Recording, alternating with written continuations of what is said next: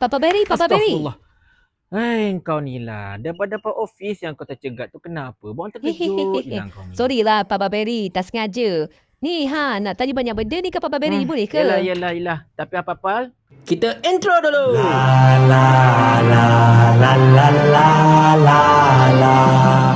Nak tanya apa tadi?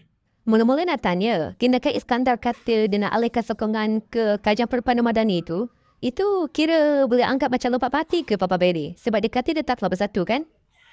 Pasal Iskandar lompat parti ke tak tu, secara teknikalnya lah, dia tak lompat parti tau. Sebab dia masih lagi mengekalkan keahlian dia dalam bersatu. Kalau kita perhatikan akta lompat parti ni pun, sebenarnya ianya hanya menjurus kepada mereka yang lompat parti. Contohnya kan, saya ahli parti A, tiba-tiba saya melompat pergi ke parti B. Itu kira melompat parti. Tetapi dalam kes Iskandar ini, dia tidak lompat parti. Dia masih lagi kata dia ahli bersatu. Cuma dia alih sokongan kepada kerajaan perpaduan. Kiranya, pada pandangan saya lah, pihak-pihak tertentu ini cuba untuk ambil ataupun mainkan loophole dalam akta lompat parti. Dia tahu, dia tak boleh nak paksa sesiapa untuk jump, untuk lompat parti itu per se. Tetapi dia cuma boleh main teknikal. Kau tak payah keluar parti pun. Kau cuma kata kau sokong pihak yang lain. Itulah yang berlaku sekarang yang saya nampak lah. Jadi kalau nak kata Iskandar itu lompat parti, technically-nya dia tak lompat parti. Jadi dia tak payah nak kosongkan kursi dan sebagainya. So, kisah Iskandar ni sama ke macam Syed Saddiq? Dia just alihkan sokongan tapi tak lompat parti? Tak. Syed Saddiq ni dia lain cerita dia. Syed Saddiq ini dia ada parti dia tahu, iaitu MUDA. Dan MUDA ini merupakan salah satu parti yang menggunakan lambang Pakatan Harapan ketika bertanding PRU 15 dulu. Dia bukannya Syed Saddiq ni ahli PKR ke, ahli Parti Amanah ke, ahli DAP ke, tak. Dia cuma satu parti lain. Satu parti lain yang menggunakan bendera. Dan akta lompat parti ini tidak tertakluk kepada parti yang keluar daripada salah satu gabungan. Dia cuma tertakluk kepada mana-mana MP yang keluar daripada parti untuk masuk parti lain. Itu yang kita nampak kat sini. Kalau macam kes si Iskandar ni pula, dia mengalihkan sokongan tapi dia tak nak keluar parti. Nampak tak luhur kat situ. Jadi kes Iskandar dengan Syed Saddiq ini dia tak sama tau, dia berbeza. So, lepas ni macam mana Papa Berry? Kiranya kerajaan dah dapat balik lah kan dia punya 2/3 sebab Iskandar dah menyertai kerajaan perpaduan madani. Okey, macam kita katakan tadi, secara teknikalnya Iskandar ini dia tak keluar parti. Tetapi oleh kerana dia menyatakan yang dia menyokong kerajaan perpaduan, secara de factonya kerajaan perpaduan madani ini sudah kembali ada 2/3. Jadi benda ini satu benda yang tak berapa cantik lah bagi kita. Terutamanya menjelang persempadanan semula yang bakal diadakan tak lama lagi. Dia tak ada kaitan dengan pembentangan bajet. Bajet hari ini dibentangkan hanya memerlukan orang kata apa, majoriti mudah saja untuk diluluskan, tak ada masalah. Tetapi untuk orang kata apa, persempadanan semula terutamanya melibatkan penambahan kerusi-kerusi, jadi itu memang memerlukan 2/3. Kita sebenarnya dah terselamat kejap bila Syed Saddiq tidak lagi menyokong kerajaan dan memasuki blok pembangkang. Tetapi bila Iskandar ini menyatakan yang dia sokong kerajaan perpaduan, maka benda ini dah bermasalah baliklah untuk kita.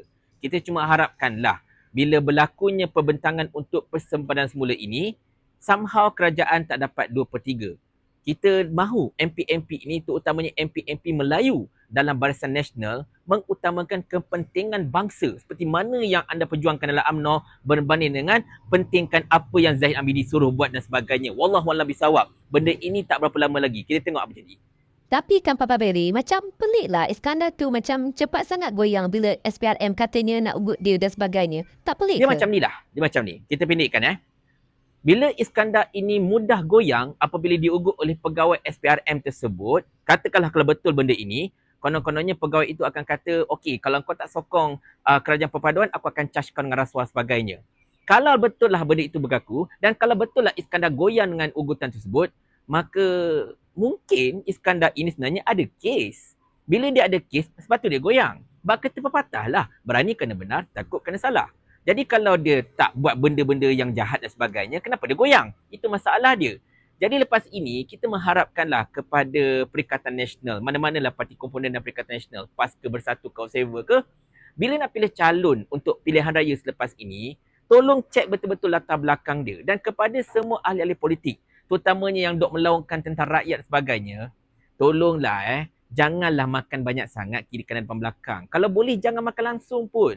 Sebab benda-benda dosa ini tuan-tuan dan puan sekalian, benda-benda tak elok ini, in the end of the day, dia akan menyebabkan anda ditekan. Ianya akan membolehkan anda diugut. Benda-benda ini akan memakan anda balik. Jadi apa faedahnya masalahnya?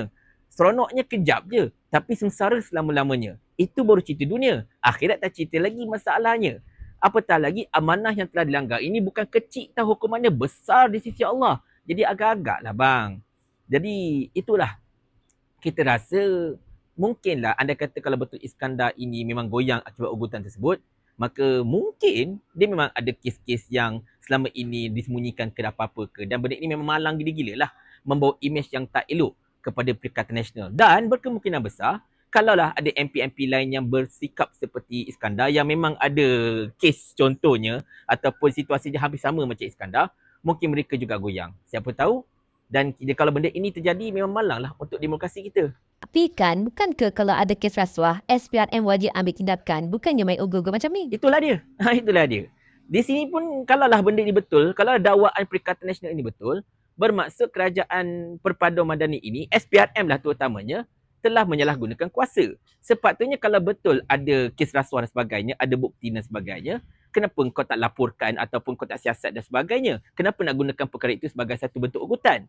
Di sini sebenarnya merupakan satu kesalahan tau. Kita tahu kesalahan itu berlaku, tapi kita gagal laporkan kepada pihak berkuasa. Itu merupakan kesalahan di bawah kanun kesiasaan tau. Gagal melaporkan satu perbuatan jenayah. Dan hukumannya bukan kecil sebenarnya. Kita boleh dianggap sebagai accomplice. Sebagai orang kata apa, mereka yang bersubahat dengan perbuatan jenayah tersebut.